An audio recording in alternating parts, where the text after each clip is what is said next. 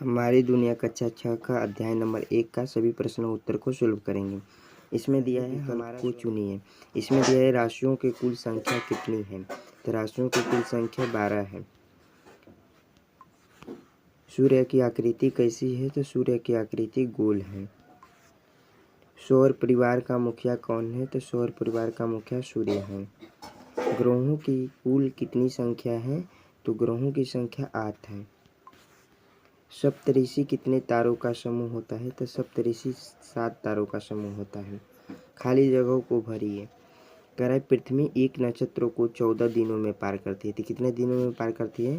तो पृथ्वी एक नक्षत्र को 14 दिनों में पार करती है। आगे दिया है क्वेश्चन हमारा विषुवत रेखा पर ध्रुव तारा क्षितिज पर दिखाई पड़ता है। किस पे पड़ता है। तो इसमें क्षितिज बनना है। मंगल और बृहस्पति ग्रह के बीच क्षुद्र ग्रह पाए जाते हैं। तो इसमें आपको बृहस्पति भर देना है। बृहस्पति के उपग्रह 63 हैं। कितने हैं 63। इसमें लिखा है कि सूर्य का प्रकाश पृथ्वी पर पहुंचने में लगभग 8 मिनट लगता है। कितना 8 मिनट। निम्नलिखित प्रश्नों को उत्तर दें। कर रहा है कि सूर्य के अनुसार ग्रहों के अनुसार सभी ग्रहों के नाम लिखिए। लिखेंगे पहले ग्रह का नाम बुध, शुक्र, पृथ्वी, मंगल, बृहस्पति, शनि, अरुण, वरुण। ये सब क्या है। सूर्य के दूरी के अनुसार सभी ग्रहों के नाम है। अगर पूछेगा सूर्य के सबसे नज़दीक ग्रह का क्या नाम है। तो लिखना है आपको कि सूर्य के सबसे नज़दीकी ग्रह का नाम बुध है। ठीक है। आगे क्वेश्चन दिया है सौरमंडल का सबसे बड़ा ग्रह कौन सा है। तो सौरमंडल का सबसे बड़ा ग्रह बृहस्पति है। आपका क्या है बृहस्पति ग्रह है। आगे है पृथ्वी के निकटवर्ती ग्रह कौन से हैं। तो पृथ्वी के निकटवर्ती ग्रह शुक्र और मंगल है। कौन सा है शुक्र और मंगल है। उस ग्रह का क्या नाम है जिसके चारों ओर छल्ले पाए जाते हैं। तो उस ग्रह का नाम शनि है जिसके चारों ओर छल्ले पाए जाते हैं। आगे दिया है कि सौरमंडल में कौन सा ग्रह आपको सबसे अलग लगा और क्यों लगा। तो इसका हम प्रश्न उत्तर लिखेंगे। सौरमंडल का पृथ्वी ग्रह सबसे अलग लगा क्योंकि यह केवल इसी ग्रह पर ही जीवन पाया जाता है। पृथ्वी ग्रह पर ही जीवन पाया जाता है। अगला क्वेश्चन दिया है कि पृथ्वी के उपग्रह का क्या नाम है। तो पृथ्वी का उपग्रह का नाम चंद्रमा है। क्या नाम है चंद्रमा। कह रहे वे कौन सा ग्रह है। बोल रहा है कि वे कौन सा ग्रह है जो पृथ्वी के विपरीत दिशा में घूमते हैं। तो उसका नाम है शुक्र और अरुण पृथ्वी के विपरीत दिशा में चक्कर लगाते हैं। अगला क्वेश्चन है आकाशगंगा क्या है।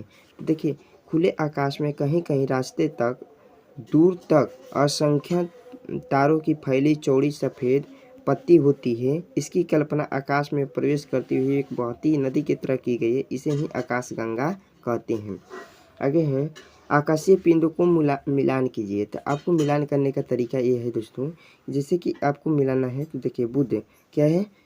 बुध सबसे छोटा ग्रह। आगे आ गया कह रहा है पृथ्वी क्या है। पृथ्वी को हम क्या कहते हैं नीला ग्रह। ठीक है। चंद्रमा पृथ्वी का उपग्रह और कह रहा है ब्रह्मांड लाखों तारों का समूह आकाशगंगा। तो इसको मिला लेना आकाशगंगा का समूह। इसमें आपको मिला जाएगा उल्का पिंड आकाश में छोटे छोटे लगाने वाले चक्कर पिंड वाले। आगे देखिए दोस्तों आगे हम बढ़ते हैं। कह रहे आपस में चर्चा कीजिए।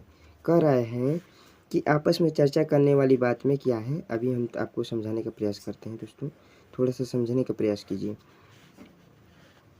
कह रहे हैं कि कई तारे हमारे सूर्य से बड़े हैं फिर भी छोटे क्यों दिखाई देते हैं। तो उत्तर लिखना है हमें कि कई तारे सूर्य से बड़े हैं फिर भी हमें छोटे इसलिए दिखाई देते हैं क्योंकि सूर्य के अपेक्षा तारे पृथ्वी से बहुत अधिक दूरी पर स्थित हैं।